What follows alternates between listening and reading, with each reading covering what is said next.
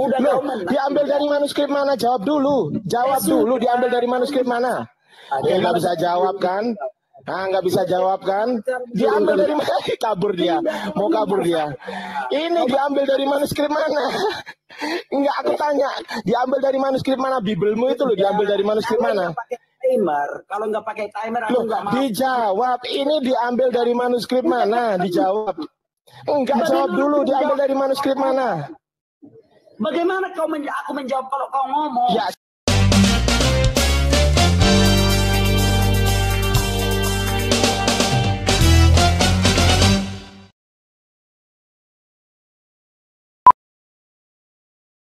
Kita akan membahas seputar transmisi kitab suci. Transmisi dan validasi, jangan lupa. Transmisi dan validasi kitab suci. Oke. Kesempatan pertama untuk anak Batak ya, dari 0 ya. 180 ya. Ya, minta izin. Silakan. Gini, moderator. Gini, moderator minta izin dulu dong sama setiap yang berkepentingan bahwa ini debat lintas agama gitu loh. Oh iya. Jangan tinju, nanti nggak enak. Jangan tinju. Oke. Ini adalah diskusi persahabatan ya, diskusi atau dialog lintas agama antara Islam dengan Kristen. Di pihak Islam ada Bang Ardiansa dan di pihak Kristen ada anak Batak. Dengan topik transmisi dan validasi kitab suci. Silakan dimulai anak Batak. Waktu dimulai dari sekarang. Oke, baik. Horas, damai Kristus bersama kita.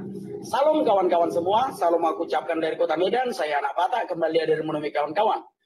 Untuk debat lintas agama. Kawan-kawan, aku tidak bermaksud apa-apa, hanya bikin konten. Aku hanya bikin konten debat lintas agama ya. Tidak bermaksud apa-apa, aku tidak ingin menyakiti hati umat Islam. Aku hanya bikin konten dan edukasi. Kebetulan ada lawan debatku yaitu Ardiansa yang orang Islam. Baik, pada kesempatan kali ini, kami akan berdiskusi dengan judul transmisi dan validasi kitab suci, atau di dalam bahasa teologi dikatakan ortodoksi. Itu ya, perjalanan dari awal sampai sekarang. Nah, bagaimana perjalanan kitab suci itu? Itulah dibahas sekarang. Nah, sekarang aku mulai dari ortodoksi di dalam kitab suci agama Kristen. Nah, kawan-kawan, berulang kali kita menemukan di dalam Alkitab bahwa ada perintah dari Tuhan untuk menulis kitab suci itu. Itu ya, ada perintah dari Tuhan untuk menulis kitab suci itu. Contoh, kalau kita lihat ketika Musa berbicara dengan Tuhan dan menyampaikan segala sesuatu kepada Musa, Tuhan memerintahkan Musa untuk menuliskannya. Maka Musa menulis kitab suci itu. Demikian juga dengan para rasul dan nabi-nabi yang lain. Setiap apa yang difirmankan Tuhan, para nabi selalu menulis. Kenapa? Karena Tuhan memerintahkannya. Demikian juga dengan yang ditulis oleh Santo Lukas. Santo Lukas memang sengaja membukukan tulisan itu. Sehingga tertatalah kitab itu. Nah, demikian juga dengan Rasul Yohanes. Rasul Yohanes diperintahkan oleh Tuhan Yesus untuk menuliskan apa yang disampaikan Tuhan Yesus. Nah, sehingga para nabi terdahulu memang menulis kitab itu dan para rasul menulisnya. Dan tulisan-tulisan itu diserahkan kepada Santo Polikarpus yang menjadi uskup Smyrna. Santo Polikarpus menyerahkannya kepada Santo Irenaeus, dan Santo Irenaeus berbicara kepada bapak-bapak gereja. Di antaranya ada Hippolytus dan yang lain-lain. Sampai sekarang manuskrip yang ditulis para nabi masih tersimpan di Museum Kekristenan, yaitu di dasar kekristenan itu, yaitu yang ada di Vatikan. Manuskrip yang asli Alkitab itu sampai sekarang masih ada di Vatikan. Ada yang bisa diakses di internet, ada yang tidak bisa diakses. Karena untuk validasi manuskrip ini tidak sembarangan bisa diakses orang. Nah, kawan-kawan, jadi manuskrip Alkitab itu disimpan di Vatikan dan di Museum Israel. Sampai sekarang masih ada. Itulah manuskrip Alkitab dari Kejadian sampai Wahyu. Nah, mungkin itu dulu yang kusampaikan untuk pembukaan ini tentang ortodoksi atau transmisi dan validasi kitab suci agama Kristen itu. Horas. Ya, waktu habis tepat 3 menit ya. Oke. Saya riset dulu. Terima kasih anak Batak. Sekarang giliran Bang Ardian. Waktu dimulai saat Bang Ardian berbicara.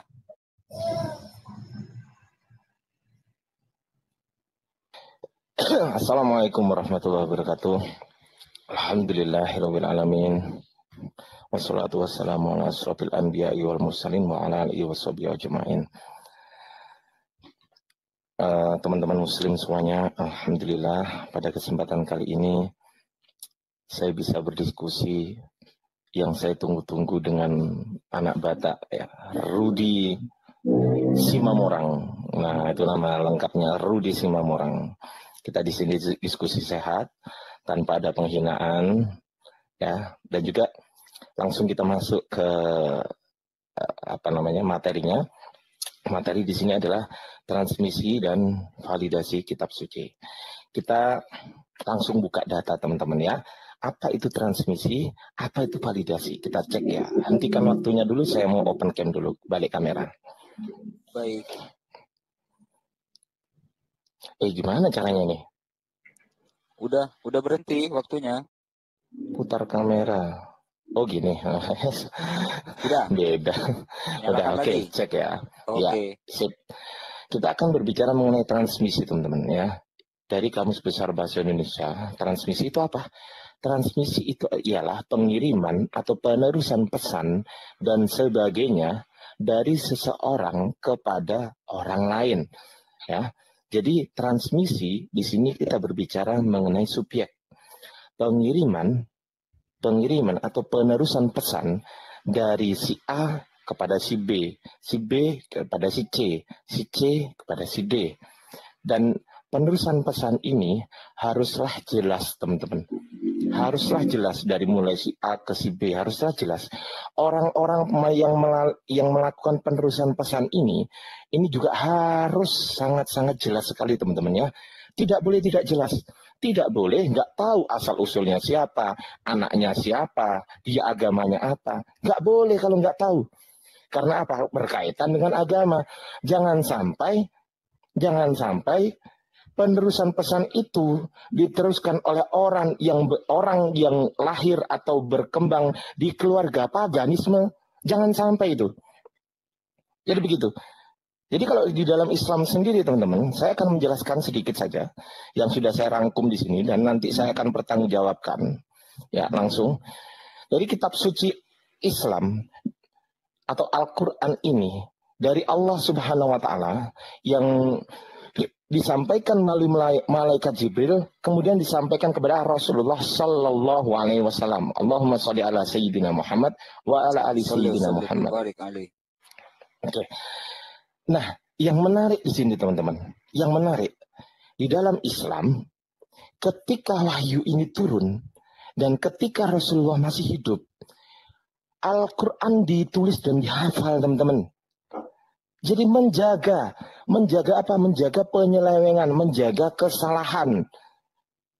Ini wajib ini secara akademis, kita tidak berbicara mengenai teologi. Oke, 3 menit habis. Oke. Lanjut. Adil ya, anak Batak ya, adil ya. Oke. Berhenti riset. Oke.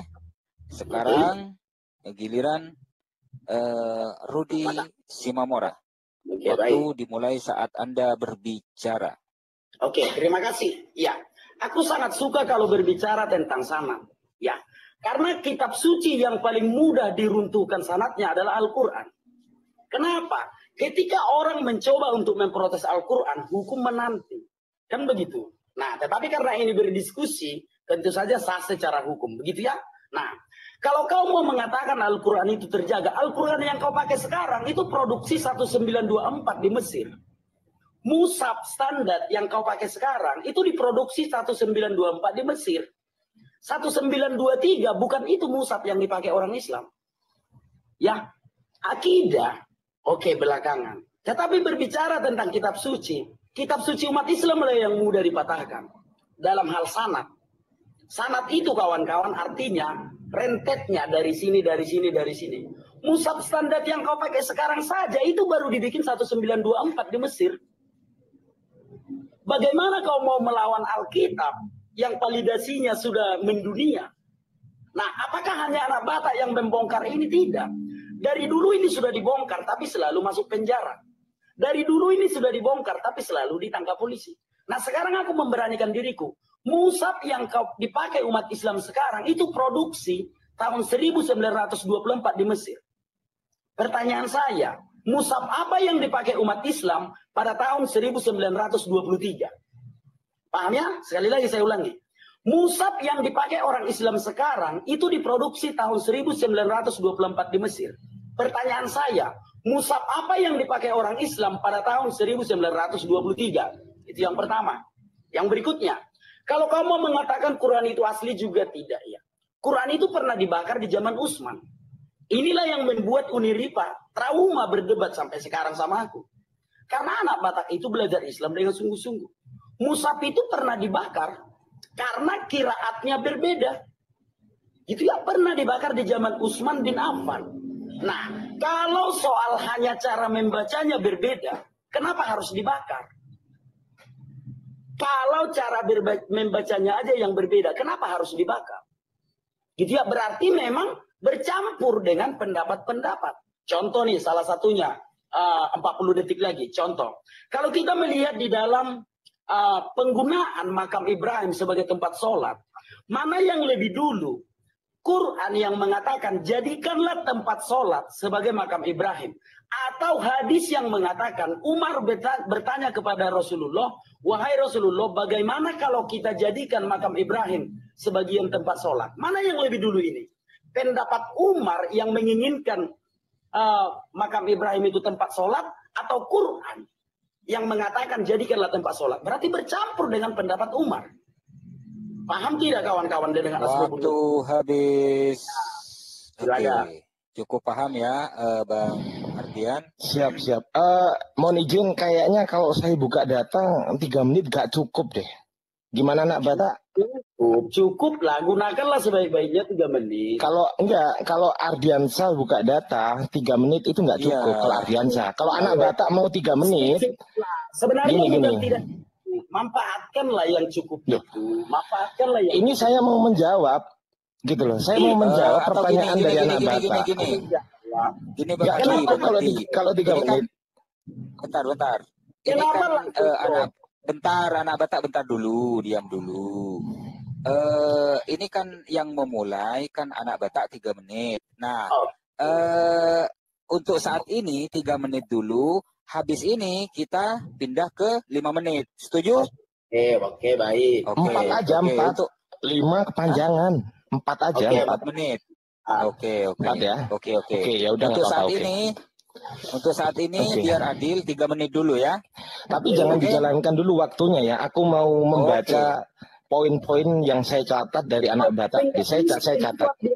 Nggak bisa kayak gitu. Saya mau balik kamera. Iya, kalau saya mau balik kamera. Dengarkan dulu Ardian, kau juga berdiskusi. Kalau untuk membuka dulu, waktunya stop. Tapi kalau kau mau baca waktunya harus jalan. Gitu loh. Iya, aku paham anak Batak. Dengerin dulu. Makanya kalau ada orang ngomong tuh didengerin gitu loh. Ngomong sendiri. Ini poin-poin dari anak Batak ya. Jangan dijalankan dulu. Ini kan poin-poin dari anak Batak. Anak Batak lihat sini dong. Masa diskusi lihat sana. Ini kan poin-poin. 1, mushaf yang dipakai adalah 1924 di Mesir. Ini klaim dari anak Batak ya. Waktunya jalan dong. Kalau waktu nggak jalan ya repot juga. Ya udah, oke jalanin. Ya, makanya kenapa saya minta 4 menit gitu loh. Karena saya harus membaca ulang gitu loh. Iya, habis ini mulai. Menit. Ya udah diam anak Batak, diam. Mushaf yang dipakai 1924 di Mesir. Sebelum 1923 itu berbeda. Ini adalah pernyataan dari anak Batak. Sebelum 1923 itu berbeda. Nah, sekarang saya akan membuktikan yang 1924. Nanti silakan membuktikan kepada saya pernyataan Anda, klaim Anda ini sebelum 1923 itu berbeda. Tunjukkan kepada saya nanti yang 1923 ini berbeda dengan 1924. Saya akan tunjukkan dulu yang 1924 ya. Yang 1924 ini ya teman-teman di islamicawareness.org bukan blogspot. .org bukan blogspot ya. Saya jawab teman-teman ya. The modern Cairo edition prepared at Al-Azhar in the 1920-an ini poinnya, is based on one of the 7 reading permit.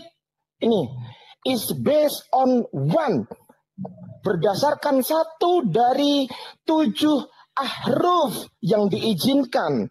7 ahruf yang diizinkan oleh Ibnu Mujahid, that of Abu Bakar Asim as transmisi by Hafs bin Sulaiman. Hafiz diizinkan. Tuh, terjawab nih ya. The modern Cairo edition prepared at Al-Azhar in the 1920-an ini berbasiskan pada 1 dari 7 ahruf yang diizinkan.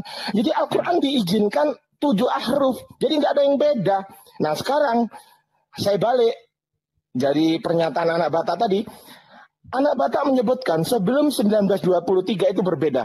Tunjukkan kepada saya 1923 itu berbeda dengan 1924. Itu 1. Kemudian yang kedua, di sini mushaf apa yang digunakan pada tahun 1923? Nah, saya jawabnya. Sekarang saya jawab, mushafnya tetap mushaf Utsmani.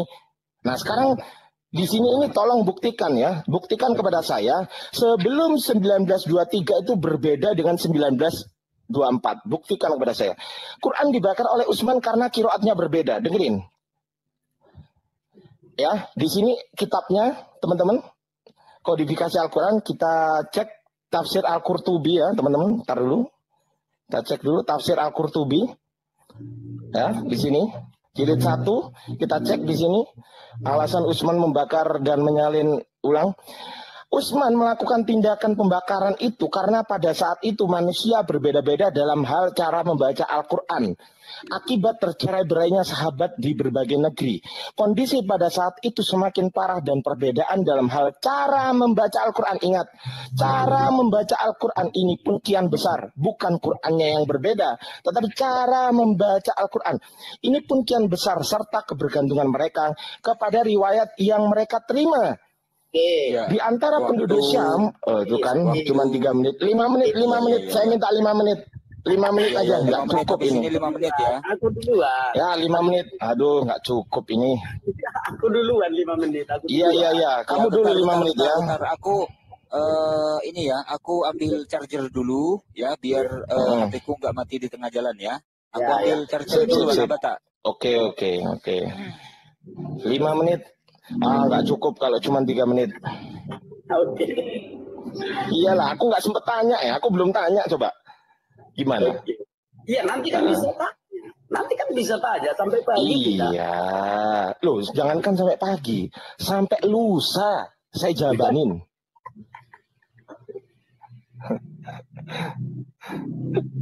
Oke. Kok Ardiansyah Kelimpungan gimana Ardiansyah Kelimpungan? Saya punya datanya semua kok. Parah ini Oten ini.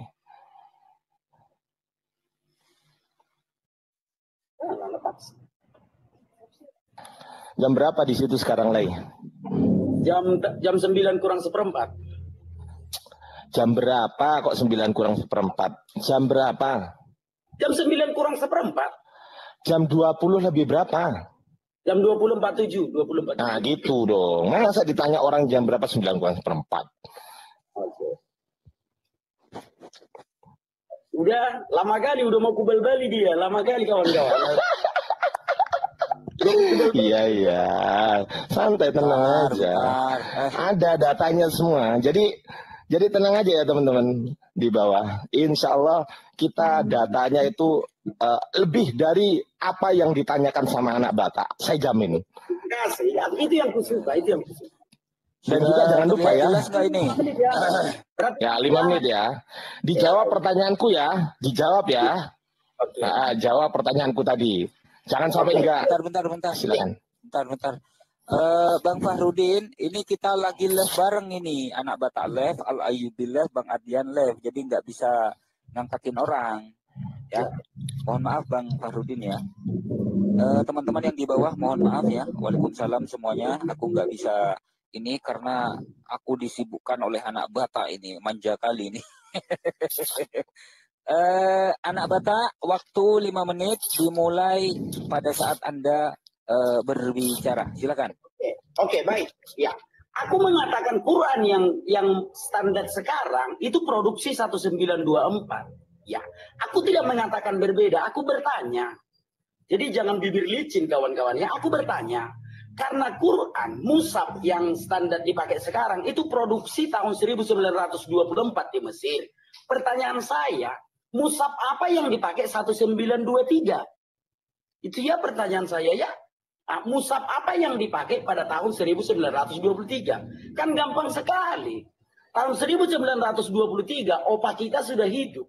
Atau tidak adakah mushaf 1923 di Indonesia ini? Nggak mungkin dong. Karena Islam itu sudah ada sejak ratusan tahun yang lalu. Bagaimana mungkin sekitar 100 tahun yang lalu belum ada mushaf? Kan gampang. Benar atau tidak? Pertanyaan saya adalah, ketika mushaf yang dipakai sekarang itu produksi 1924, mushaf apa yang dipakai 1923 di Indonesia atau di seluruh dunia? Simpel kan? Sesimpel itu. Jadi jangan bibir licin. Aku tidak mengatakan berbeda. Kau mau jebak aku, jangan coba-coba. Aku tidak mengatakan berbeda ya. Tidak mengatakan berbeda. Sekali lagi kuulangi. Mushaf Al-Quran yang dipakai Islam sekarang itu produksi tahun 1924 di Mesir. Nggak bisa dibohongi itu. Itu nggak bisa dibohongi. Tahun 1924 lah itu ditempah di Mesir, dicetak di Mesir. Itu yang dinamakan sebagai mushaf Utsmani. Nah, pertanyaan saya, tahun 1923 mushaf yang mana yang dipakai? Al-Quran yang mana yang dipakai 1923? Gampang kan? Nah, itu kau jawab nanti. Baru berikutnya. Utsman bin Affan memang membakar kok. Memang Utsman bin Affan memang membakar Al-Quran itu kok. Itu faktanya. Kenapa dibakar? Kau tadi mengatakan karena cara bacanya berbeda. Kalau cara bacanya berbeda, ngapain harus dibakar? Ngapain harus dibakar kalau cara baca berbeda? Ya perbaiki aja cara bacanya. Kalau memang tulisannya tidak berbeda ya. Gitu loh. Kalau memang tulisannya tidak berbeda, hanya cara bacanya aja yang berbeda, ngapain dibakar? Ya tinggal dibaguskan aja. Para sahabat berkumpul. Oh ini cara bacanya di sini, ini cara bacanya di sini. Bukan mesti dibakar. Nah kenapa dibakar? Maka aku berasumsi. Jangan-jangan tidak sama. Begitu ya itu asumsiku. Di zaman Utsman bin Affan. Ini ceritanya di zaman Utsman bin Affan. Contoh nih. Satu alasan. Makanya aku mengatakan itu dibakar. Karena bercampur dengan perkataan Nabi Muhammad itu bercampur dengan perkataan Allah. Contoh. Kalau kita menemukan contohnya di dalam Quran surah Al-Baqarah ayat 125. Jadikanlah sebagian makam Ibrahim sebagai tempat sholat. Kan itu yang tertulis di dalam Quran surah Al-Baqarah ayat 125. Nah, aku menemukan di dalam hadis riwayat Al-Bukhari, yaitu Umar berkata kepada Nabi Muhammad, wahai Rasulullah, bagaimana kalau kita jadikan sebagian makam Ibrahim tempat sholat? Nah, yang mana dulu ini yang lebih duluan? Apakah Allah yang memerintahkan makam Ibrahim itu dijadikan tempat sholat? Atau Umar yang bertanya kepada Nabi Muhammad? Kalau pertanyaan Umar lebih dahulu, kalau permintaan Umar lebih dahulu yang mengatakan kepada Nabi Muhammad, wahai Rasulullah, bagaimana kalau kita jadikan sebagian makam Ibrahim tempat sholat? Lalu turunlah ayat Al-Baqarah ayat 125, jadikanlah sebagian tempat Ibrahim makam sholat. Bukankah ini membuktikan pendapat Umar bercampur dengan Al-Quran? Atau Al-Quran turun atas permintaan Umar? Ayo, bagaimana cara berpikirnya? Kalau lebih dulu hadis itu, berarti Al-Quran itu turun karena permintaan Umar. Karena Umar berkata, wahai Rasulullah, jadikanlah sebagian makam Ibrahim tempat sholat. Itu kan permintaan dari Umar. Lalu turun ayatnya, Al-Baqarah ayat 125, wahai Rasulullah, katakanlah, jadikanlah sebagian makam Ibrahim tempat sholat. Bukankah kita bisa waduh, Mabes Polri katanya udah diketik di bawah. Susah memang kawan-kawan. Udah diketik di bawah Mabes Polri. Tapi oke lah, aku bertanggung jawabkan ini, karena ini berdasarkan data. Udah? Bukankah pendapat Umar yang meminta makam Ibrahim tempat sholat bercampur dengan Al-Quran? Ayo, siapa yang bisa menjelaskan itu? Siapa yang bisa menjelaskan itu? Silakan. Waktu habis tepat 5 menit. Oke, saya tanggapi langsung ya. Yang pertama, dia sudah ke makom Ibrahim ya. Dia saja nggak paham apa itu perbedaan Ya, cepetan. 1, 2, 3. Dia saja nggak paham apa itu perbedaan makam Ibrahim dan juga makom Ibrahim. Dia nggak paham, teman-teman ya. Dia katanya beda. Dan itu sudah nyeleweng dari judulnya. Judulnya adalah transmisi dan validasi kitab suci. Yang dibahas adalah transmisinya. Transmisinya, penerusan pesannya itu loh. Kok malah ke makam Ibrahim gimana ini ceritanya? Saya nggak mau menanggapi itu. Kemudian dia tadi di awal, setiap narasi dia pasti saya catat. Dia sendiri yang bilang bahwasanya 1923 itu berbeda. Dia sendiri yang bilang, saya catat di Word. Saya selalu nyatet, teman-teman ya. Saya buktikan. Di pause dulu. Di pause dulu. Ya. Di pause dulu. Oke. Wah, pegel juga ya. Aku nggak, Pak. Di rumah peralatanku. Gimana? Udah? Oke ya. Oke, sip. Jadi gini, ini adalah yang saya catat dari narasi dia sebelum 1923 itu berbeda. Dia tanya, Quran sekarang produksi 1924 di Mesir. Oke, sekarang saya tagih. Tolong tunjukkan produksi Quran 1924 di Mesir. Tunjukkan kepada saya. Yang mana? Quran yang menyatakan Quran 1924 di Mesir. Tunjukkan kepada saya. Dan tadi sudah saya bantah, teman-teman ya. Bahwasanya dia nggak paham bahasa Inggris sih. Susah gitu loh. Saya sudah bilang, the Modern Cairo Edition, nih, the Modern Cairo Edition, prepared at Al-Azhar, ini di Mesir, in the 1920 tahunan, 1920-an, is based on one of the 7 readings permitted. Tuh, dia nggak paham bahasa Inggris. Gimana coba? Ini didasarkan dari 1 dari 7 ahruf atau 7 bacaan yang diizinkan. Yang dibawakan oleh siapa? Hafiz bin Sulaiman. Hafiz. Jadi tetap pakai Hafiz. Quran Hafiz. Tuh, ini datanya ini. Nggak paham bahasa Inggris itu susah, makanya belajar bahasa Inggris gitu loh. Biar kalau ada orang dijelasin tuh denger, paham gitu loh. Is based is based on one of the 7 readings permitted by Ibnu Mujahid, that of Abu Bakar Asim tuh, An Asim, as transmitted by Hafiz bin Sulaiman. Jelas. Apanya lagi? Tuh, ya kan? Masa harus diulang-ulang, nggak paham-paham. Jadi nggak ada yang berubah, karena apa? Nggak ada yang berubah karena apa? Karena didasarkan dari 1 dari bacaan 7 readings permit by Ibnu Hafiz bin Sulaiman. Tuh, udah jelas. Oke, sekarang di pause dulu, host. Pause dulu, host. Saya akan buka data. Nih, kalau nggak percaya. Saya bukain ya. Dia mau main-main dengan Ardiansa. Dia nggak tahu ya. Tunggu ya, aku buka dulu manuskrip. Sorry. Kita dulu. Mana ini? Al-Quran. Ini Mushaf Hafiz. Qiraat Al-Quran. Oke. Nih, aku akan tunjukin. Tunggu dulu, jangan anu dulu ya, teman-teman ya. Bahasa Arab nih. Bahasa Arab. Kita cek. Tunggu dulu, belum. Jangan dimainkan dulu. Tunggu dulu. Iya, ya. Pegel teman-teman. Peralatanku di rumah ya. nih. Aku di toko, jadinya pegel nih gara-gara anak bapak. Oh gitu. Bang Al Ayubi kayaknya digeser gini aja, Bang Al Ayubi. Nggak usah megangin Bang Al Ayubi. Disendenkan gini loh Bang Al Ayubi. Ininya kameranya. Jadi ini didekno nang tembok ini, sing ini juga didekno nang ini. Aku pakai HP ki. Iya, HP-nya disendekno tembok. Ya udahlah, nggak apa-apa. Yang ini diganjel. Oke ya. Ini ya teman-teman, saya buktikan ya. Di sini adalah Hafiz An-Asim. Hafiz An-Asim. Ya, kita cek ya. Kita cek di Al-Fatihah ayat 4 aja.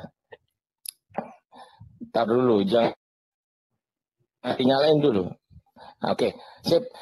Bismillahirrahmanirrahim. Al-Fatihah Maliki Yaumiddin. Ini adalah Hafiz An-Asim. Sama nggak dengan kita? Maliki Yaumiddin. Kita cek. Kita cek. Katanya beda kan? Dia bilang kan? Maliki Yaumiddin sama. Quran.com. Tuh, Quran. Nih Quran. Quran.com. Sama. Nah, saya bisa buktikan. Nih.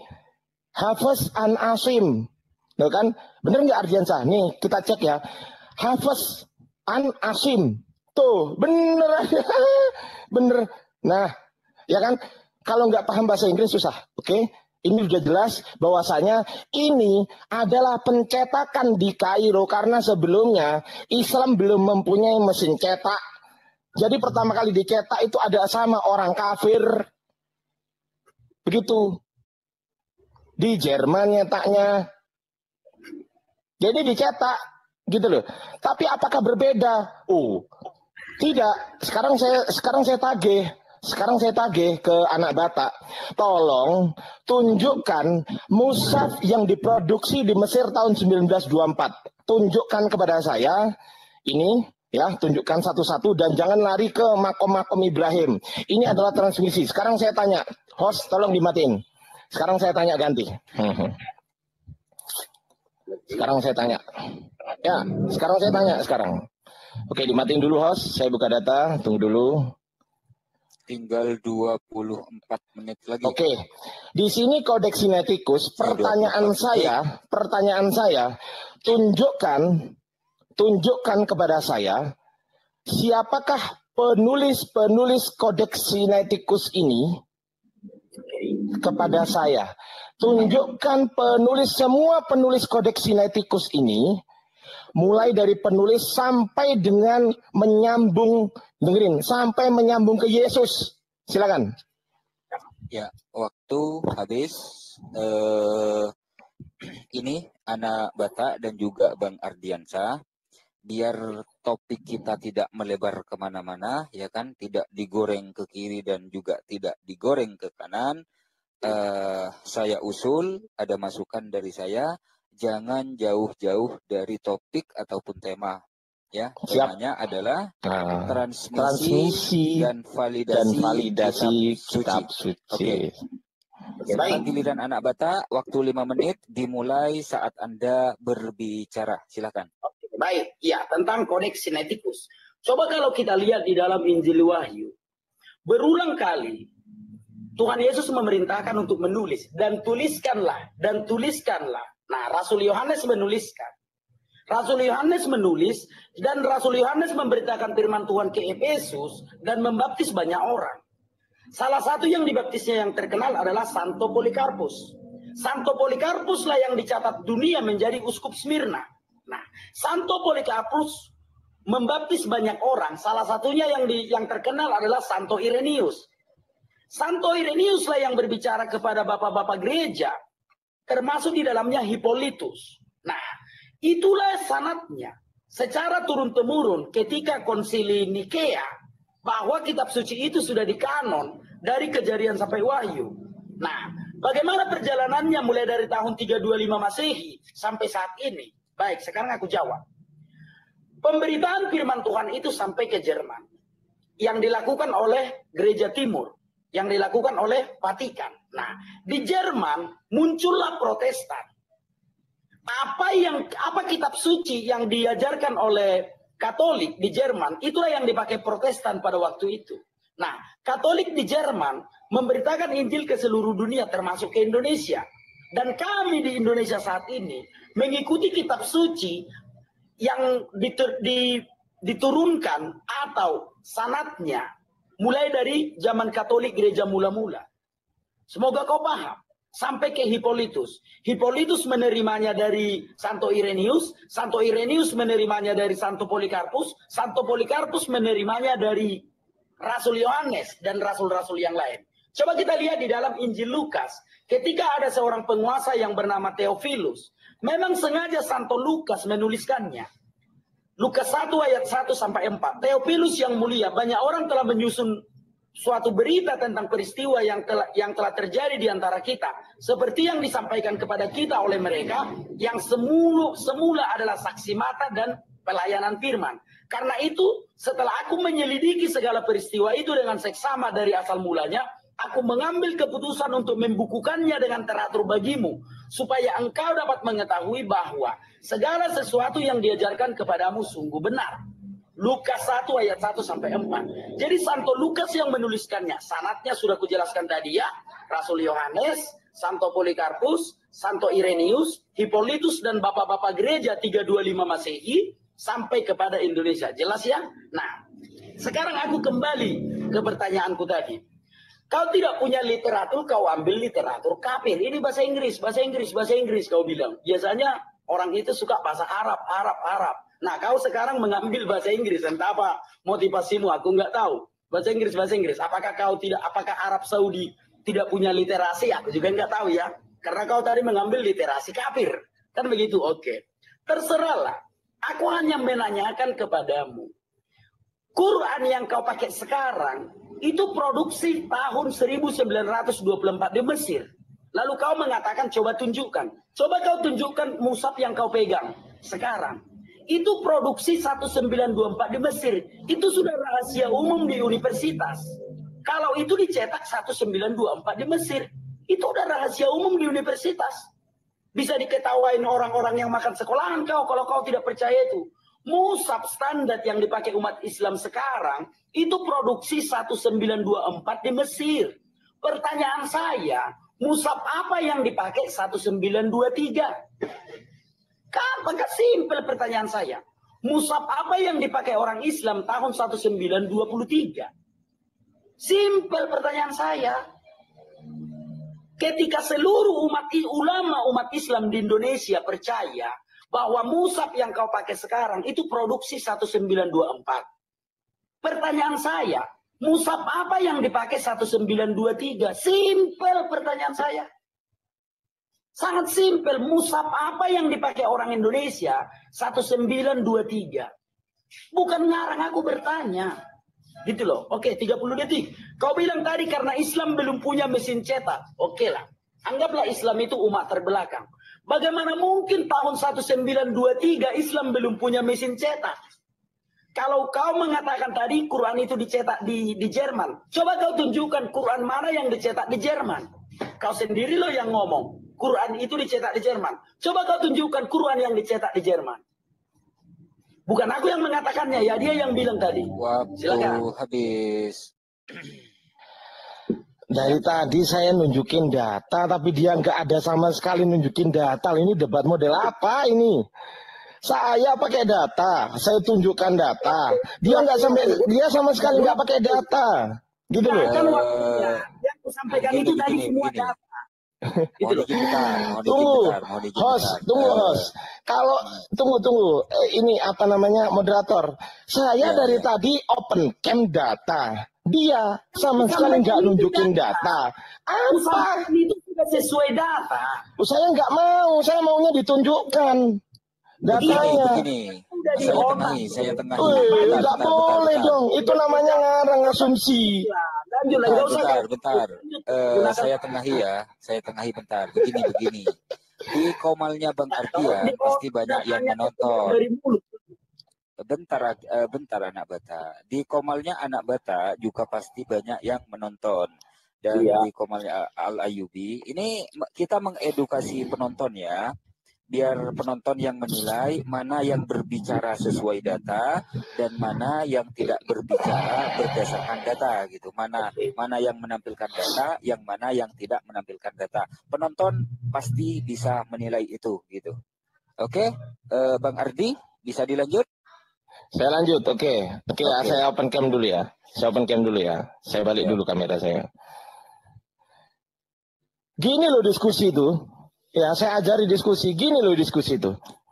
Masa cuman di otak. Udah jalanin. Masa cuman di otak. Apa ini? Yang saya tanyakan itu adalah siapa penulis Kodeks Sinaiticus? Tunjukkan ke saya nih. Saya contohkan siapa penulis Al-Quran. Langsung saya jawab, penulis Al-Quran di sini adalah Ubay bin Ka'ab, Mu'adz bin Jabal, Abu Zaid, Zaid bin Sabit. Kemudian diriwayatkan oleh Anas radhiyallahu an, Khotodah, Suba'ah, Yahya, Muhammad bin Bashar dan Muhammad bin Ismail Al-Bukhari. Kita cek Ubay bin Ka'ab ini siapa? Kita cek sekarang teman-teman. Ubay bin Ka'ab ini meninggal tahun 32 Hijriah. Di sini jelas nama panggilannya Abu Al-Munzir. Dia nasabnya dari ini. Nah, ini loh yang saya mau. Tunjukkan kepada saya siapa-siapa sajakah dari Kodeks Sinaiticus itu penulisnya, kemudian biografi perawinya sampai kepada Yesus. Transmisinya sampai kepada Yesus, tunjukkan kepada saya. Ada tahun matinya, tuh tahun wafatnya. Kita cek Mu'adz bin Jabal. Ini nama panggilannya Abu Abdurrahman. Dia meninggal tahun 18 Hijriah. Tuh jelas. Kita cek lagi. Di sini Zaid bin Sabit. Tuh dia meninggal tahun 45 Hijriah. Kita cek lagi perawinya tadi ada siapa? Anas bin Malik. Dia meninggal 91 Hijriah. Loh, masuk akal? Masuk akal? Coba, sekarang yang saya tanyakan kepada Anda, gitu loh, tolong tunjukkan kepada saya bagan transmisinya, ya bagan, saya minta bagan. Saya nggak mau kalau cuma cuap Santo Irenaeus, ini di sini, saya nggak mau itu. Saya maunya kayak gini, tunjukkan, nah ini Kodeks Sinaiticus, .org. Nah gini, tunjukkan sini. Tadi dia bilang katanya bahasa Inggris. Loh, memangnya kenapa, ada apa dengan bahasa Inggris yang saya gunakan? Bermasalah? Emangnya di Inggris gak ada orang Islam? Yang bermasalah. Ini bisa saya buat bahasa Indonesia, bisa aja. Tapi ini kan data, ya kan? Tadi dia tanya mushaf apa? Saya sudah jawab dari awal. Mushaf Utsmani, saya sudah jawab. Sama. Nih, saya tunjukkan mushafnya. Tuh. Sekarang tunjukkan kepada saya. Ya, papirus, dengerin ya. Saya minta papirusnya dari mulai Matius sampai Wahyu. Tunjukkan papirusnya kepada saya. Nah, ini papirusnya nih. Ini Quran ini. Ini pakai kulit binatang. Tuh, lengkap di sini ada ya teman-teman ya. Di sini ada Al-Fatihah, Al-Baqarah, Ali Imran, An-Nisa, Al-Maidah, tuh. Al-An'am, tuh. Di sini juga ini berapa halaman? 822 halaman. Tuh, udah jelas. Dan juga ini ditulis pada saat kapan. Nah, sekarang kita cek teman-teman. Coba di mute dulu. Waktunya. Mohon izin. Kita cek sekarang. Saya menemukan papirus di sini. Ini papirus 1 yang ditulis oleh Matius. Nah, pertanyaan saya, Matius meninggal tahun berapa? Kok di sini ada 200 sampai 300? Woi, lihat sini. 200 sampai 300 tahun. Emangnya umurnya Matius berapa? 400 tahun. Ini Matius, ini Yohanes sekarang. Yohanes ini papirusnya nih, saya tunjukkan papirusnya. Lihat sini. Nih, papirusnya. Ini papirus Yohanes yang cuma secuil gini kan. Nah, sekarang saya tanya, ini kenapa? Lihat sini. Lihat sini, woi. Ini kenapa 500 sampai 600 Masehi? Ini yang nulis siapa? Yohanes 12. Gitu loh. Nah, ini siapa yang nulis? Kok sampai umurnya Yohanes 500-600 tahun? Nah, ini lagi papirus Lukas. Ini papirus ya. Lukas tuh. Lukas. Ini kenapa? Papirus Lukas kok 500 sampai 700 Masehi? Ini siapa yang nulis?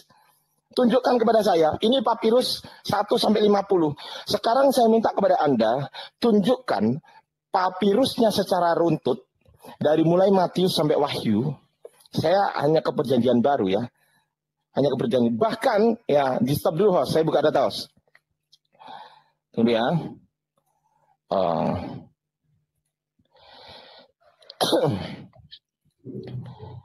Bahkan di Ibrani ini sejarah.sabda.org. Nah, gini loh diskusi itu. Tunjukkan. Masa cuma modal tongor. Ini Ibrani. Siapa penulisnya? Tidak disebutkan Ibrani. Nah, kita ke Perjanjian Lama. Penulisnya hakim-hakim siapa? Tidak diketahui. Tuh, ini di sini Rut, kitab-kitab Samuel. Kita perut dulu. Ruth penulisnya siapa? Tidak diketahui. Lihat sini, biar pinter. Nah tuh, di sini ada 1 Samuel. 1 Samuel. Siapa penulisnya? Tidak diketahui. Nah, kita ke 2 Samuel. Siapa penulisnya 2 Samuel? Tidak dikenal. Nah, kita ke Ayub sekarang. Ayub. Siapa penulisnya Ayub? Tidak dikenal. Ini apa ini? Tunjukkan kepada saya. Siapa penulisnya ini semua? Jangan modal congor. Data gitu loh. Habis. Oke, gantian ya. Baik. Bentar, Bang. Oke. Anak Batak bentar ya. Itu data diambil dari mana, Bang Ardi? Artikel yang mana? Semua artikel ada di internet itu. Tunggu. Diam dulu. Tunggu dulu. Ini moderator ini. Moderator tanya saya. Diam dulu. Bang Ardi ini. Itu datanya diambil dari mana, Bang Ardi? Dari sejak ini apa sih? Sabar. Saya yang ditanya, sabar. Anak Batak diam. Aku tanya. Giliranku dong sekarang. Iya, sabar. Kok nggak Saya sabar? sebagai moderator berhak dong bertanya. Itu sumbernya dari mana, Bang Ardi? Dari Yayasan Lembaga Sabda yang dibawahi oleh LAI. Selesai. Nah, sumbernya jelas ya, anak Batak. Sumbernya yang ditampilkan oleh Bang Ardian itu sumbernya bukan sumber ecek-ecek ya, bukan dari sumber Islam ya. Oke, sekarang giliran anak Batak 5 menit dimulai saat Anda berbicara. Oke, baik. Ya, penulisnya tidak diketahui. Kenapa tidak diketahui penulisnya? Karena adanya kejadian yang terjadi akibat nubuatan Yesus di dalam Matius 24 ayat 26. Apa itu di dalam Matius 24-26? Orang Kristen akan mengalami siksaan berat. Nah, pada saat itu kedatangan si antikristus itu banyak orang-orang yang menjadi martir. Gitu ya. Contoh, ketika Rasul Paulus memberitakan firman Tuhan, maka dia menjadi martir. Dia dibunuh dan menjadi martir. Nah, demikian juga dengan Rasul Yohanes. Jadi kenapa penulisnya tidak diketahui? Karena banyak yang menjadi martir. Nah, apakah ketika kita menemukan satu manuskrip, bisakah kita menggunakannya sebagai kitab suci? Tentu saja bisa. Tidak harus diketahui penulisnya kalau berbicara tentang manuskrip. Karena yang jadi alat ukur yang kita bikin adalah manuskripnya. Itu ya, contoh papirus, kodeks Sinaitik. Kita menemukan manuskrip. Manuskrip itu yang kita temukan dan itu dijadikan kitab suci. Makanya penulisnya tidak diketahui. Karena yang penting adalah manuskrip yang ditemukan ini. Bukan soal siapa penulisnya. Nah, siapa penulisnya? Tentu saja kita akan ketahui dari ayat Alkitab itu. Contoh Rasul Yohanes. Ketika ditemukan satu manuskrip Injil Yohanes. Nah, kita menemukan di dalam Injil manuskrip ini. Dan tuliskanlah kepada jemaat di Laodikia. Ya tentu saja Rasul Yohanes lah yang menulisnya. Sesuai dengan yang ada di manuskrip itu. Paham ya? Dan sudah aku katakan tadi, seluruh data yang kau buka itu artikel. Semua bisa mengakses itu di internet. Semua bisa mengakses itu, hanya artikel itu. Entah di Wikipedia, entah di blog yang lain. Itu bisa diakses anak TK bahkan.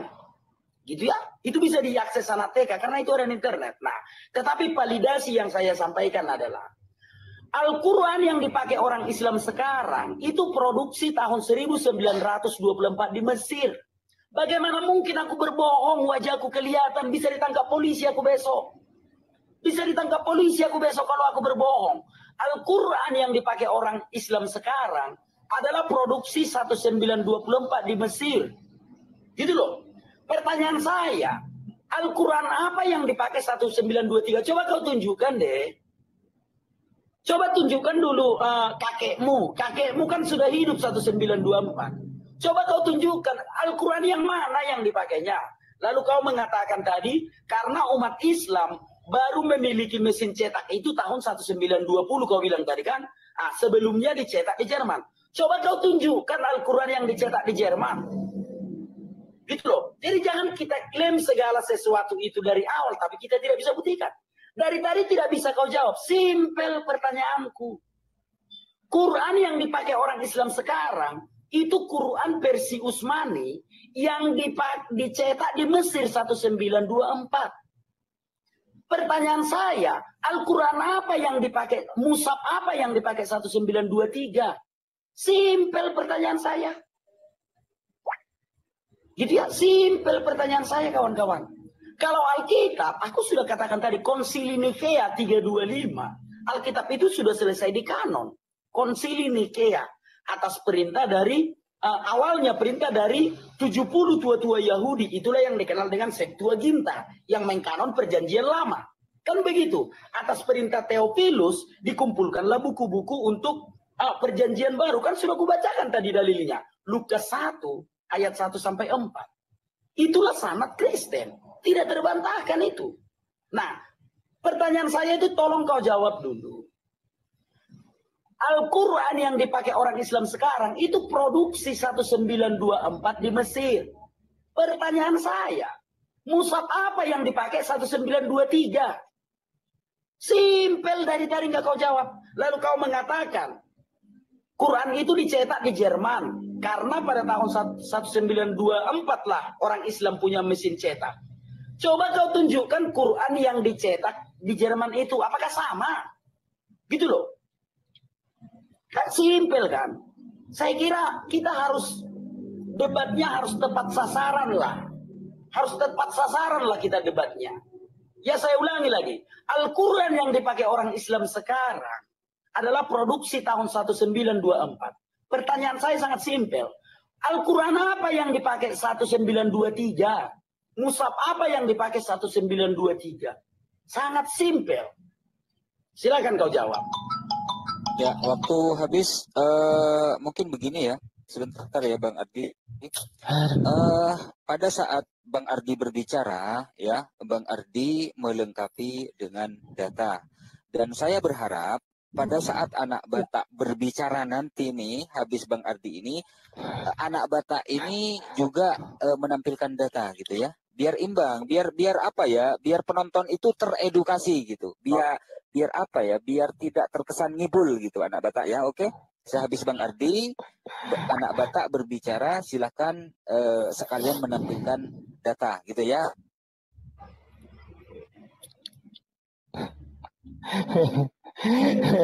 Ini waktu saya ya.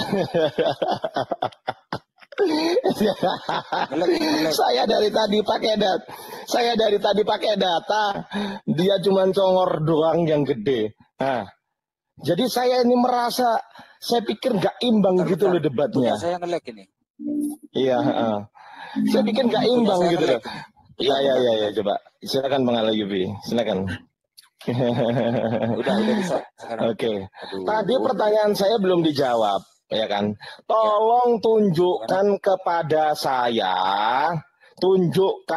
saya, berupa data. Hidupkan Bang. Tunggu dulu waktunya. Udah. Tunjukkan saya berupa data nih ya, gue balik nih data. Ntar dulu, host matiin dulu. Aduh, saya nggak bisa kalau diskusi nggak pakai data, bro. Ini loh, tunjukkan nih, ini data. Pada zaman Nabi, Al-Quran dihimpun, ditulis dan dihafal oleh 4 orang. Namanya siapa? Ubay bin Ka'ab, Muaz bin Jabal, Abu Zaid, dan Zaid bin Sabit. Loh, jelas ini data. Sekarang saya minta datanya. Kodeks Sinaiticus itu siapa yang nulis? Gitu loh. Itu baru Kodeks Sinaiticus. Sekarang saya lari ke Kodeks Vatikanus. Saya tambahin ya beban Anda ya. Beban hidup Anda. Saya tambahin ini. Sekarang saya ke Kodeks Vatikanus. Di Kodeks Vatikanus, di sini tertulis scribe A wrote, penulis A menulis, scribe B wrote, penulis B menulis. Siapa ini? Siapa yang nulis? Nih ya, ini Kodeks Vatikanus ya teman-teman ya. Ntar dulu ya. Kodeks Vatikanus. Oke, ini kodeksnya. Saya buka kodeksnya. Katanya, oh Wikipedia. Nah, nih Vatikanus. Manuskrip Digital Vatikanus Library, manuskrip ya. Kita gini. Tuh manuskrip ya. Aku buka dulu ya, ntar dulu. Dimatiin dulu, Os. Ntar dulu, Os. Oke. Sabar ya teman-teman yang di bawah. Nah, nih. Tangan saya pegel nih ya. Ya, siap. Nih, manuskrip. Nah, yang saya minta itu tunjukkan siapa penulisnya. Kodeks Vatikanus, Kodeks Sinaiticus, siapa yang nulis? tunjukkan kayak saya gini loh. Woi, pakai data ini loh. Al-Quran dihimpun pula, ditulis dan dihafal oleh 4 orang yang semuanya dari kalangan Ansor. Mereka Ubay bin Ka'ab, Muaz bin Jabal, Abu Zaid dan Zaid bin Sabit. Jelas gitu loh. Mana dalilnya? Sahih Bukhari nomor 3526. Kita lihat sanadnya. Eng, sanadnya bagus sekali. Jelas sanadnya. Nah sekarang saya minta ini. Gitu loh. Ini ya, dari Anas, ya begini, saya buka, telah bercerita kepadaku Muhammad bin Basyar. Kita buka Muhammad bin Basyar. Nih, kita klik. Ada tahun hidupnya, tahun meninggalnya 252 Hijriah. Kita cek juga di sini. Telah bercerita kepada kami Yahya. Kita cek Yahya. Yahya bin Sa'id bin Faruk. Meninggalnya 198 Hijriah. Kita cek lagi. Di sini ada Sub'ah. Coba kita cek. Nah, Sub'ah 160 Hijriah. Ini kita berbicara mengenai transmisi, bro. Kok malah lari kemana-mana itu loh. Ini transmisi yang kita bahas dan validasi. Kok malah lari ke Quran percetakan? Ini sebenarnya nggak nyambung. Itu sudah kritik teks itu nanti. Bedakan antara transmisi dan validasi kitab suci dengan kritik teks kitab suci. Oi. Wah, nggak paham bahasa Indonesia ini kayaknya. Aduh. Ini data ini. Ini data semua yang saya punya ini data. Tuh. Sekarang saya tanya di sini, jawab pertanyaan saya. Siapa penulis Kodeks Sinaiticus? 1. Tunjukkan datanya. Kedua, siapa penulis Kodeks Vatikanus? 2. Ini masih 2. Pertanyaan ketiga. Di Midulos. Paus. Ya. Sorry, di paus. Di paus. Ya. Oke, ntar aku buka data dulu. Agak lemot ini. Nah, di sini ada Kodeks Bezae dari University of Cambridge. Nah, ini, ya kan? .uk.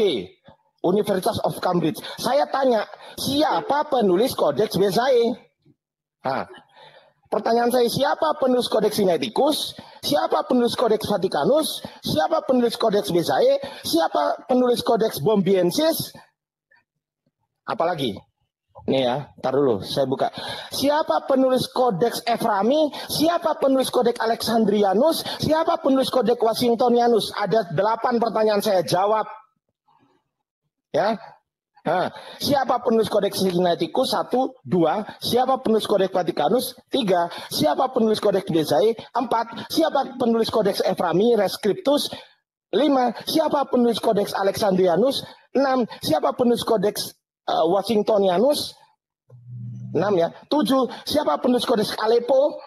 Dan 8. Siapa penulis Kodeks Mount Sinai Arabic 151? Jawab.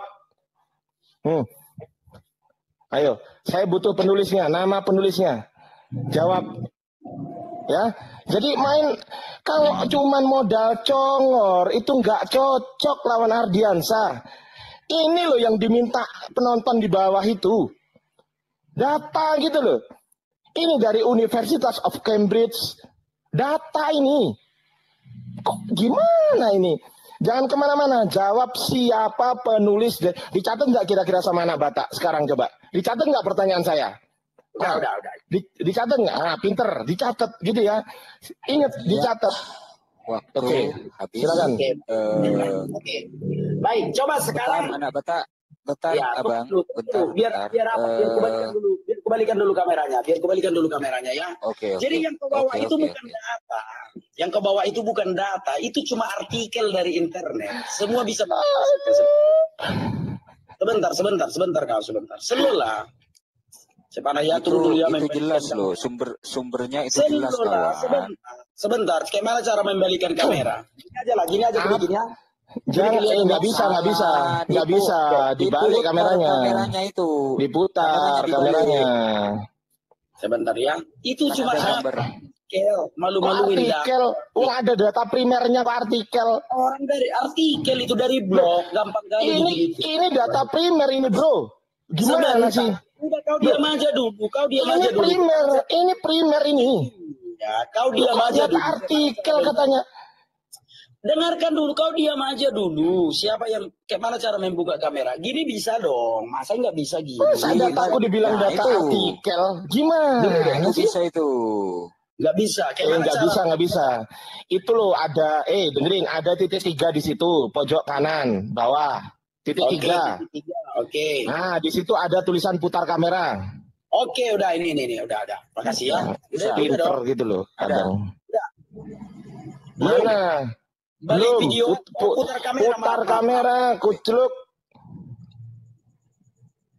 Sabar dong. Jangan marah-marah lah. Teman-teman, Nah, gitu, teman-teman oke. sabar ya yang di bawah ya. Ya. Saya ini berusaha di tengah-tengah loh. Saya berusaha tidak memihak loh teman-teman ya. Ya, sebentar. Ini saya Nggak apa-apa. pegel teman-teman. Dengarkan aja dulu. Tenang. Ya, ini aku buka datanya ya. Jadi yang kau tunjukkan itu mainkan waktunya. Bentar. Sudah dimulai. Oke. Jadi yang kau tunjukkan itu hanya mainan anak TK. Itu kau ambil dari artikel-artikel yang ada di internet. Gampang sekali. Ini nih University of Birmingham. Kau bisa baca di sini semua. Itu mainan anak TK, membuka-buka dari internet, gitu ya. Nah, contoh nih lagi nih. Sebentar ya. Muslim harus tahu Quran direvisi di Kairo tahun 1924. Ini sumbernya dari internet, tidak bisa dipercaya itu, bro. Nggak bisa dipercaya itu. Lalu kau membuka tadi, mana tadi yang kau buka itu? Yang kau buka itu ku buka juga di sini. Ini. Mana tadi ya? Tentang Al-Quran itu. Nah, ini. Jejak dan otoritas pencetakan mushaf. Ini mainan anak TK kalau cuma membuka-buka di internet, gitu loh. Paham kau ya? Nah, sekarang aku akan menjawab. Coba matikan dulu waktunya. Nah, coba matikan dulu. Dengarkan ini. Matikan dulu waktunya. Matikan dulu Bang waktunya, Bang. Biar aku baguskan dulu posisi. Udah mati. Oke. Udah. Ya. Enggak, ini debatnya. Enggak apa-apa. Ini berdebatnya. Bukan bahas Islam monolog. Ini berdebatnya. Ya. Oke ya. Coba matikan dulu waktunya. Nah. Udah? Yang kebuka itu tadi, itu artikel dari internet, itu mainan anak SD, tinggal ketik-ketik, sudah. Nah, lalu siapa penulis kodeks Sinaiticus? Kodeks itu yang ditemukan, sudah ditemukanlah kodeks ini. Lalu di dalam kodeks ini dibaca, dan tuliskanlah kepada jemaat di Laodikia. Kan di situ dikatakan yang menulisnya Rasul Yohanes di dalam kodeks ini. Nah, kodeks inilah yang digunakan sebagai manuskrip. Paham tidak? Contoh nih, kau temukan satu kertas. Kau temukan satu kertas di jalan. Ngapain kau cari lagi siapa penulisnya? Kalau di dalam kertas itu sudah diberitahu siapa yang nulis. Paham kau tidak? Nah, contoh kutunjukkan sama kau di dalam Lukas. Ditemukanlah satu kodeks. Nah, kodeks ini tertulis demikian. Theophilus yang mulia, banyak orang telah menyusun suatu berita tentang peristiwa-peristiwa yang telah terjadi di antara kita. Seperti yang disampaikan kepada kita oleh mereka yang dari semula adalah saksi mata dan pelayanan firman. Karena itu, setelah aku menyelidiki segala peristiwa itu dengan seksama dari asal mulanya, aku mengambil keputusan untuk membukukannya dengan teratur bagimu. Supaya engkau dapat mengetahui segala sesuatu yang diajarkan kepadamu sungguh benar. Lukas 1 ayat 1 sampai 4. Ngapain kau cari lagi siapa penulisnya? Orang udah tertulis di situ Lukas. Lukas 1 ayat 1 sampai 4. Udah tertulis di kodeks itu. Siapa penulisnya? Ngapain dicari lagi? Contoh nih, kubukakan lagi sama kau. Gini ya, kubukakan lagi sama kau. Ini. Inilah, ditemukanlah satu kodeks. Ditemukanlah satu manuskrip. Sudah? Nah, tertulislah di manuskrip ini. Inilah wahyu Yesus Kristus yang dikaruniakan Allah kepadanya supaya ditunjukkan. Bentar, anak batak, saya potong dulu. Dengarkan dulu. Enggak, Ya. gini loh. Aku tadi kan minta kalau kamu ngomong menjelaskan, tolong dong. Penulis Vatikanus, penulis Kodeks Vatikanus ini namanya ini, itu yang dimaksud oleh Bang Ardi gitu loh. Itu yang aku jelaskan. Untuk di dalam kodeks itu sudah diberitahu siapa yang menulis. Contoh ya, ditemukanlah satu manuskrip, dibacalah manuskrip ini. Nah, inilah bacaan manuskrip itu. Wahyu 1, inilah wahyu Yesus Kristus yang dikaruniakan Allah kepadanya supaya ditunjukkannya kepada bentar. Ini gimana ini Bang Ardi? apakah mau dilanjut atau gimana? Biar penonton yang di bawah yang menilai. Udah biar aja. Oke. Bang Anak Batak, ya bentar. Saya cuma mengatur agar supaya diskusi ini berjalan lancar, biar tidak saling tuduh gitu loh. Oke, saya serahkan atau kita serahkan kepada penonton yang menyimak, biar penonton yang menilai ya. Oke, lanjut Anak Batak. Contoh nih, ditemukan satu manuskrip. Nah, manuskrip itu tertulis begini. Inilah wahyu Yesus Kristus yang dikaruniakan kepada Allah. Itu ya. Dari Yohanes kepada jemaat yang di Asia Kecil. Dan tuliskanlah penglihatan Yohanes di dalam Pulau Patmos. Aku Yohanes, saudara dan sekutumu dalam kesusahan, dalam kerajaan dari ketekunan menantikan Yesus. Nah, kalau sudah tertulis demikian, ngapain kita cari lagi siapa yang menulis? Ya Yohanes, karena tertulis di manuskrip itu, aku Yohanes. Ya Rasul Yohanes yang menulis, karena ditemukan di tulisan itu. Apa yang perlu dipersoalkan? Tidak ada. Manuskrip inilah yang memberitahukan siapa penulisnya. Paham tidak? Karena di dalam manuskrip ini diberitahukan siapa yang nulis. Penulis Injil Yohanes, ya Rasul Yohanes. Penulis Injil Matius, ya Rasul Matius. Penulis Injil Lukas, ya Santo Lukas. Penulis Injil Markus, ya Santo Markus. Contoh kau temukan surat. Kau temukan satu surat di jalan. Sudah. Mau siapapun yang menulisnya, mau siapapun yang mengirimnya. Kalau di dalam surat itu dikatakan dari saya Anak Batak, ya berarti saya yang menulis. Gitu loh. Nah, sekarang kembali ke pertanyaan saya. Gitu ya, kembali ke pertanyaan saya. Apa Quran yang dipakai orang Islam tahun 1923? Karena mushaf yang dipakai Islam sekarang itu adalah produksi 1924. Pertanyaan saya setiap berdebat cuma satu. Ya, setiap saya berdebat, pertanyaan saya itu cuma satu, tapi belum pernah dijawab. Quran yang dipakai orang Islam sekarang adalah produksi 1924 di Mesir. Pertanyaan saya sangat simpel. Mushaf apa yang dipakai di Indonesia 1923? Simpel pertanyaan saya. Simpel, tolong kau jawab. Sangat simpel pertanyaan saya. Silakan. Ya, waktu habis. Saya nggak tahu ya, apakah yang ditanya oleh saya maunya TikTok ini nyambung. Saya maunya TikTok aja, biar bisa langsung tanya. Saya maunya TikTok aja, biar bisa tanya langsung. Gimana? Berani nggak? Tapi ini bagiannya ini sekarang, bagiannya Bang Ardi nih 5 menit. Iya, nggak apa-apa. Saya buat TikTok. Nggak apa-apa. Berani nggak Anak Batak? Saya biar langsung bisa tanya, ya? gitu loh. Jangan modal ada 2 sesi. Sesi pertama, sesi pakai timer, sesi kedua TikTok, kan gitu, adil kan? Ya, oke. Berapa lama ini? Berapa lama? Ya terserah, secapeknya. Kan saya bilang sampai lusa pun aku bilang. Tidak ada masalah, kan gitu kan? Oke, bentar aku buka data ya. Dulu. Tanganku nggak pegel lagi nih kan. 2241. Oke, tar dulu. Oke, tar dulu aku buka dulu. Bukhari 2241. Bukhari 2241.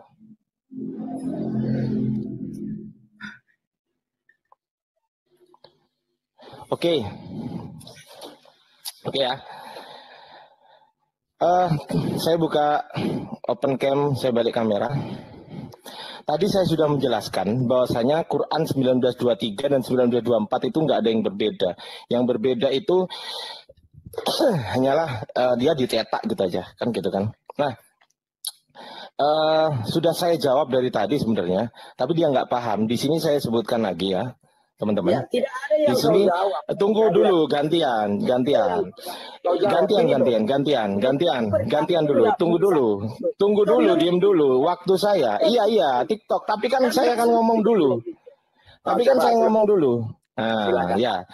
Tadi Anak Batak bilang, oh ini kan blog artikel. Kalau artikel itu ini blogspot.com. Nah ini baru nggak bisa dipercaya. Contoh, nih Heriansyah Harahap 92 kerenabis.blogspot.com. Nah ini nggak bisa dipercaya. Tapi ini data yang saya bawa semuanya adalah .org. Anak Batak tahu nggak .org itu apa? Coba aku tanya dulu. .org itu apa? Jawab. Intinya saja. Oh kok sudah jawab dulu? Tahu nggak? Sekarang gini. Tahu nggak .org? Itu baru jawab dulu. .org ini apa? Jawab dulu. .org ini apa? Itu blogspot. Ngarang aja blogspot itu ini, woi. Ini blogspot. Ah, parah ini. Kau diketawain anak IT lo. Gampang sekali, Ardi. Kau diketawain anak IT. Ini blogspot kalau ini. Kalau ini blogspot.com. Kalau ini .org. .org itu adalah organization gitu loh. Nah, kalau menang ya, makanya dengerin dulu. Saya sudah jawab tadi. The Modern of Cairo Edition prepared at Al-Azhar in the 1920. Nih dengerin, 1920. Gampang. Coba gini deh. Coba kau dengarkan aku sebentar. Loh, kok lari?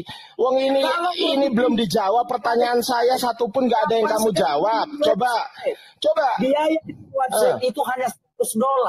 Hanya $100 kita bisa bikin website, gampang kali. Ya kau bikin aja website. Bisa nggak kira-kira .org? Data dari situ tidak. Wah parah ini anak Batak nggak paham. Kalau bikin blogspot ini nggak usah. Ini gampang ini. Dulu kau jawab saja. Pertanyaan ini sudah saya jawab. Ya makanya dengerin dulu. Modern Cairo of Edition. Diem dulu. Lo kok kesurupan. Ini aku jawab ini. Ngomong nggak bisa kalau pakai kok. Ini aku jawab ini. Aku jawab. Itu dari website. Ini memang website tapi ORG. IslamicAwareness.org gitu loh. Itu websitenya dibikin atau enggak? Gitu loh, itu dibikin. Tapi organisasi ini. Ini organisasi, bro. Aku tanya sama kau. Apakah anak SD bisa mengakses itu? Loh, kalau dikasih tahu linknya ya bisa. Nah, tapi pertanyaannya apakah anak SD? Pertanyaannya apakah anak SD bisa bikin ini? Bisa nggak anak SD bikin ini? Coba saya mau tanya. Nggak, jawab dulu pertanyaan saya. Bisa nggak anak SD bikin ini? Mengaksesnya bisa. Bisa. Oh, enggak, saya tanya bikinnya. Bikinnya bisa nggak anak SD bikin ini? Yang bikinnya itu adalah profesor-profesor dibikinnya. Lah iya. Lah iya. Kayak gitu kok gampang kali. Sekarang kau bikin coba ORG. Bisa nggak anak bata.org gitu? Mohon izin bentar. Enak aja. Pertanyaan saya belum dijawab. Ini contoh. Ini manuskrip ini. Ini manuskrip. Manuskrip ini data primer. Itu bukan manuskrip. Lu kok bukan manuskrip? Lo ini loh. Manuskrip ini loh. Woi. Botol banget ya Allah. Botol banget ini orang. Moderator izin. Silakan moderator dulu. Moderator ini. Moderator izin dulu. Ini tulisannya manuskrip ini loh. Moderator izin dulu. Moderator izin ngomong dulu. Artikel. Udah jelas manuskrip ini dibilang artikel. Moderator izin ngomong dulu anak Batak. Silakan moderator. Bentar. Silakan moderator. Baik. Diam dulu anak Batak. Moderator izin ngomong. Rasa kita moderator izin ngomong. Nggak ada datanya, gua akhiri aja. Santai. Moderator izin ngomong dulu. Aduh, ya bentar gini. Saya rasa diskusi ini kita sudahi saja karena anak Batak tidak tahu apa-apa ternyata ya. Aduh, premium bukan data-data lah, itu valid itu loh. Itu data-datanya valid. Seluruh Indonesia. Manuskrip. Ya sudahlah. Manuskrip. Ini manuskrip Vatikanus ini, woi botol. Ini manuskrip. Itu ini nggak bakal nyambung ini kalau diterusin teman-teman. Nggak nyambung ini nggak nyambung anak Batak ini. Iya karena gini. Aduh. Data ditolak. Saya pikir kita sudahi sajalah diskusinya ya. Ya memang manuskrip ini. Kalau begini, ini bertengkar, ini bukan diskusi ini namanya. Ya sudah anak Batak kita sudahi saja lah. Mungkin lain Nggak kali ada begini, datanya anak kok mau Batak. ngocongor doang. Bisa kau jawab dari tadi. Apa Mungkin udah lain saya kali- jawab? Udah saya Lain kali jawab. begini anak Batak. Lain Oke, kali oke. anak Batak sebelum berdiskusi siapkan dulu datanya gitu ya. Sesungguhnya Nanti kalau- Al-Quran diturunkan dengan 7 huruf. Buktinya pakai Loh, timer. hadis ini. Ini hadis. Sesungguhnya Al-Quran diturunkan dengan 7 huruf. Maka bacalah oleh kalian yang muda. Ini hadis. Oi. Dari tadi bukan kau jawab. Dari tadi Loh, nggak ini ada. saya jawab hadis. Nah, kita cek sekarang apakah berbeda. Ternyata di Kairo ini, edition Kairo, itu diambil based on one of the 7 reading. Diambil dari 7 huruf. Oleh siapa? Oleh Imam Hafiz bin siapa? Bin Asim, An Asim. Udah jelas. Kalau enggak pakai timer, Eh, salah aja. Kalau menang congor buat apa? Kalau kau pakai timer, aku nggak bisa nyekak kamu. Kalau pakai timer, aku nggak bisa nyekak kamu. Nah itu Kalau dia. kamu tak, aku sekak gini. Kalau kamu aku sekak gini, kamu nggak bisa jawab gitu loh. Kenapa nggak bisa jawab? Bikin timernya. Bikin timer. Nah sekarang coba kasih tahu saya siapa penulis Kodeks Sinaiticus. Coba kasih tahu saya. Enggak, jawab dulu, jawab. Siapa penulis Kodeks Sinaiticus? Jawab. Jawab. Kan udah sebutkan. Jawab. Nggak bisa. Jawab penulis Kodeks Sinaiticus siapa? Kodeks Sinaiticus penulisnya siapa? Yang ditulis di dalam manuskrip itu penulisnya. Saya tanya yang Sinaiticus. Nah, gini, kau tahu nggak arti manuskrip? Loh, Oke, sekarang saya tanya Alkitab Sabda ini LAI ini diambil dari mana? Diambil dari mana? Enggak, diambil dari manuskrip mana? Saya tanya jawab, diambil dari manuskrip mana? Menang aja lah. Enggak kau. dijawab, diambil dari manuskrip mana? Udah Loh, kau menang. diambil dari manuskrip mana? Jawab dulu, diambil dari manuskrip mana? Nggak bisa jawab kan? Nggak bisa jawab kan? Diambil dari mana? Kabur dia, mau kabur dia. Ini diambil dari manuskrip mana? Enggak, aku tanya, diambil dari manuskrip mana? Bibelmu itu loh, diambil dari manuskrip mana? Pakai timer. Kalau nggak pakai timer, aku Loh, nggak mau. dijawab, ini diambil dari manuskrip mana? Dijawab. Enggak, jawab dulu, diambil dari manuskrip mana? Bagaimana aku menjawab kalau kau ngomong? Ya, silakan jawab. Diambil dari manuskrip mana? Jawab. Oke, baik. Nah, ditemukan satu manuskrip. Di manuskrip ini ditulis siapa penulisnya. Ya, yang menulis Injil Yohanes, Rasul Yohanes. Ini loh, Alkitab ini loh. Udah menang aja lah kau, menang aja kau. Loh, sudah. Alkitab Sabda ini loh. Aja. Iya, Bibelmu itu loh ditulis dari manuskrip mana? Diambil dari manuskrip mana? Ya Loh, sudah ditanya kok kalau mana? Jangan pasrah gitu dong anak Gimana Batak. nih orang? Jangan pasrah gitu yuk. Saya tanya. Boya menjawab pakai data Dijawab. dulu. Bisa. LAI, dengerin ya. Bible LAI yang kamu punya diambil dari manuskrip mana? Bagaimana cara membubarkan pertemuan kita ini? Gitu aja. Diambil dari manuskrip mana? Jawab dulu. Bible LAI, belum, nggak bisa jawab dia. Ya sudahlah, Nggak ya tahu sudah, jawab sudah. ya. Kita sudahi karena saya rasa nggak bakal nyambung ini memang. Iya, ditanya ini loh, diambil dari manuskrip mana? Pakai timer tadi kau nyerah. Enggak, jawab dulu, diambil dari manuskrip mana? Kalau pakai timer kau bisa ngeles gitu loh. Kalau gini nggak bisa ngeles kamu. Oke, aku bisa menjawab ya. Jawab, dari manuskrip mana? Jawab. Oke, baik. Yang menulisnya Rasul Yohanes. Loh, ditanya itu manuskrip mana kok? Ditanya dari manuskrip mana kok Rasul Yohanes? Sudah, Ya sudah. Paham dia. Kita sudahi saja lah biar nggak otot-ototan ya anak Batak. Dari dulu itu kawan-kawan. Dari dulu. Belum ada itu. Data yang dibawanya artikel. Gampang kali aku artikel kok dibanggakan. Aneh. Artikel kok dibanggakan.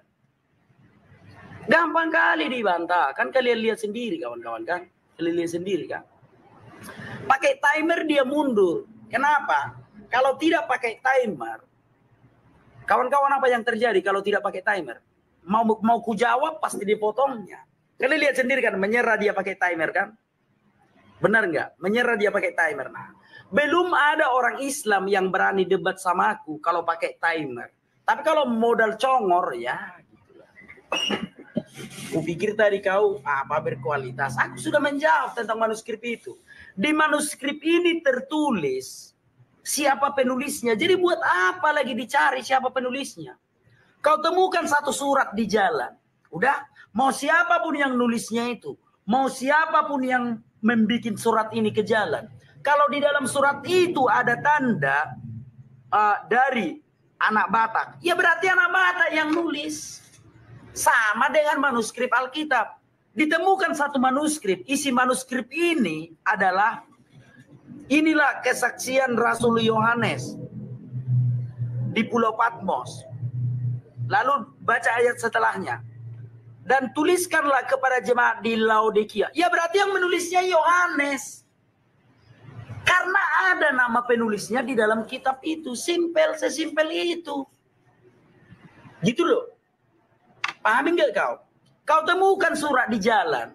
Mau siapapun yang nulis. Mau siapapun yang membuat ke jalan. Kalau di dalam surat itu diberitahu siapa penulisnya. Untuk dia itu penulisnya yang dituliskan di dalam surat itu. Nah demikian juga dengan Alkitab. Jelas sekali kok Alkitab itu.